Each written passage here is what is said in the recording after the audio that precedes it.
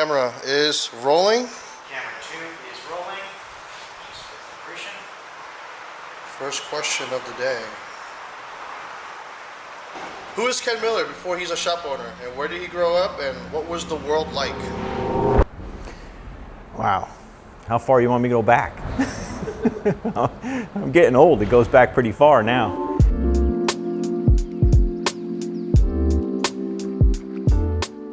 I grew up in South Jersey. I'm a short kid. Got involved in mechanics, and I guess after high school I went to work. I was a small engine mechanic for a bit. Started my own company right after that. I started doing paintless dent repair in 1994.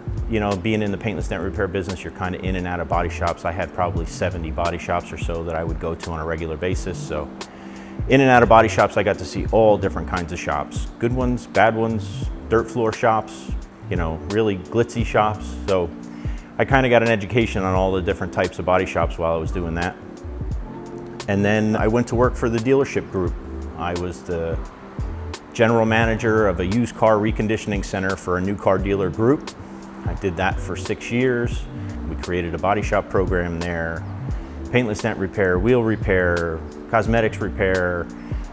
We did everything under one roof. Pete and I got to work together at the dealership group. So I was the general manager, and when I developed the body shop program there, I hired Pete as my body shop manager. So we worked together every day for several years. And I knew the guy. It was a perfect fit. I knew his capabilities. He knew my capabilities, and where I wasn't great, he was, and vice versa.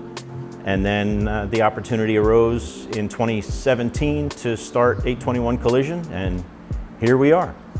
I didn't want to be like everybody else. I've never have. I'm unfortunately a perfectionist in nature. That's as much of a blessing as it is a curse. So I wanted to make everything as good as I can possibly make it. We had a different kind of vision than, I'll say, than some shops. We wanted to get a boutique type body shop going where we had our own little detail, our own niche in everything. Appearance is very, very important to us. That's why when we took over 821 Collision, we really revamped the whole place inside and out. We did the offices, the waiting room, we went into the shop, put in a new downdraft bake booth, did all the lighting, put in new frame machines, new equipment, and we wanted to be different in everything we did, and I think we still are today, a little bit different. There's a lot of guys that commercially acceptable or good enough was good enough. And I wanted to be different, so pretty much right from the beginning I endeavored to be something more. And I believe we are. I believe we pulled it off. For the lower certifications, you're looking at, you know, a certain level of training, ICAR Platinum. You have to make sure your shop is gold class, certain equipment they want you to have, specific welders and other things, frame machines, measuring equipment, all the stuff that you need to fix a car properly. And then when you get into some of the higher line stuff, they want you to have some OEM scan tools, which are important, and ongoing training. And then once you get into those others, they have their own specific manufacturer training that they want you to attend. Lexus is you know, particular. There's a Lexus training center nearby. We have to go there a couple times a year and do training with Lexus. So it's all different. Leaving the paperwork and all that stuff out of it, when we get to the point where the car comes in and gets dismantled, maybe like this one here, a little light hit, what we're going to do at that point is research all of the manufacturer repair procedures. Like we see what damage it has, we take that damage and we kind of correlate it into what the repair procedures tell us we need to do, we have to do. We're going to take all of that information and build a repair plan. And the repair plan is going to be that document that follows that vehicle through the entire process. Everything that has to be done from pre-repair to refinish to reassembly, to ADAS and calibrations, to post-repair and test driving and scanning and that sort of thing.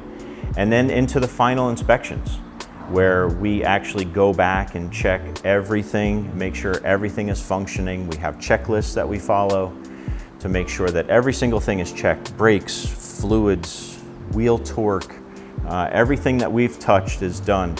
So it's a rather exhaustive list. It's pretty extensive, but that's what it takes to fix it right one time and make sure that customer's safe on the road. We're a little 3,000 square foot shop. You know, I got 11 parking spots outside. You know, it's not like I'm this big conglomerate shop and you know, turning out millions of cars every month and whatever it is. But I like to think that it brought us some national attention for what we do. You know, I am a rather public figure at this point, and I get out there and I try and talk about doing the right thing for the right reasons. And I believe that them seeing that and asking me to be in the magazine and them featuring me, I believe was kind of like that defining moment where, like, yeah, you know, like this paid off. Like we did it. We got to where we wanted to be. That was a real cool moment, you know, being an immigrant here in the U.S. to have your face in the front of a national magazine like that. That was just awesome.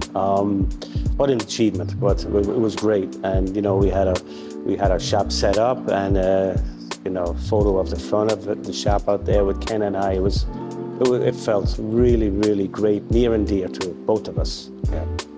I will always sacrifice a repair for doing the right thing. If a customer does not want the right thing done, or they want corners cut, or something like that, where we are simply just not a good fit, you know, customer and vendor. So unfortunately, it is a thing. You know, you can't serve everybody, and not everybody's a great fit for every customer. So it's a non-negotiable for us.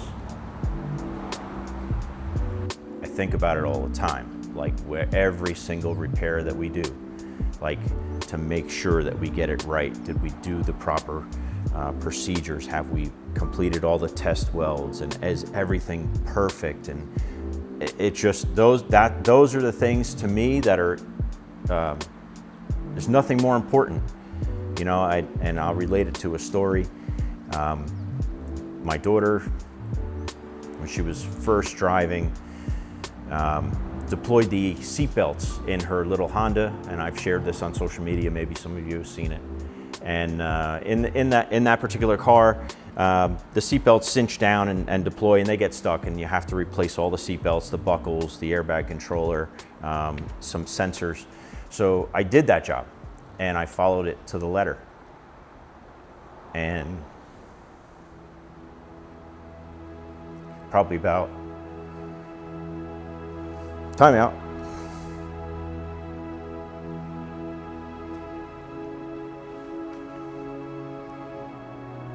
So why that's important is probably about a year later.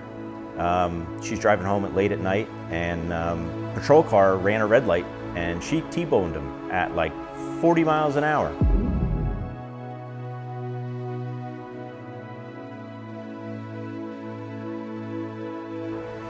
And everything worked perfectly, and that's why it's important. What would it take for me to walk away? You know, if somebody walked in the door and, you know, threw me some crazy money and said, get out, I would consider it, but that's not my goal. I don't know. I would suggest that even if that did happen, I would still be involved in the industry in some capacity or another, some way or another. You know, who knows what it would look like, but it's kind of in my blood now. Even though I wasn't born and raised in this industry, obviously, from what I've told you in the past, but it's just one of those things that, you know, I'm here, I'm in it, I've committed to it, and I don't walk away easy. I always joked with my family, you know, I may not die with the most money, but I'll have a long line at my coffin. So, being known for doing the right thing, I think that's probably something that a lot of people can't leave saying. So that's pretty important to me. What's the retirement plan? When I was a young lad, I built a boat and it floated for a little while, but I've always had this desire to build a barrel-back mahogany, 30-foot, just really cool boat. And that's the retirement plan. So I'm a woodworker. You guys probably don't know that. My family business is woodworking, custom furniture, and cabinetry. I started doing that with my uncle when I was probably 8 years old, and I did it, on and off through school until I was about 21. I stopped doing that. I still do my own stuff at home, but yeah, one thing I want to build is a boat. So I'd love to be able to tell you to research a shop when you need them and make sure they're good, but I can't even really tell you what that looks like because there's not really a set of questions that you can ask somebody and really be convinced that they are really going to do the right thing for you when you need it. So, but it's along that vein, like that's such an important thing that they get their cars repaired properly. And there are people out there that are trying to do the right thing, that are doing the right thing. And I know a handful of shops in New Jersey, but that's the problem. I know a handful of shops in New Jersey that are doing the right thing. So, as a takeaway, hopefully you never need collision services to begin with. But if you do, try and ask questions. Try and make sure that they're sharing repair procedures with you, that they're looking up repair procedures, that they're following the repair procedures, that they're advocating for you and helping you through the process. And I guess that's it. And if you have a question, you can call me.